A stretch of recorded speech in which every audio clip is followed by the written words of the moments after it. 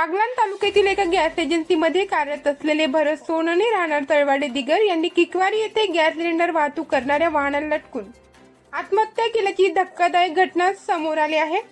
या घटनेमुळे बागलाण तालुक्यात चांगलाच हादरला असून आत्महत्येचे कारण अद्याप समजू शकलेले नाही। आत्महत्येमागील नेमके कारण अद्याप स्पष्ट झाले नसून या घटनेमुळे परिसरात हळहळ व्यक्त होत आहे। घटनेची माहिती मिळताच सटाणा पोलिसांनी घटनास्थळी धाव घेत पंचनामा केला असून मृतदेह शवविच्छेदनासाठी ग्रामीण रुग्णालयात पाठवण्यात आला आहे।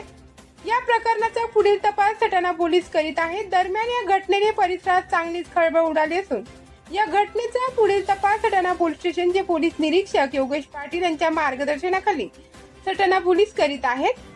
देवळा न्यूजसाठी प्रतिनिधी निलेश शेकोकोर, नाशिक।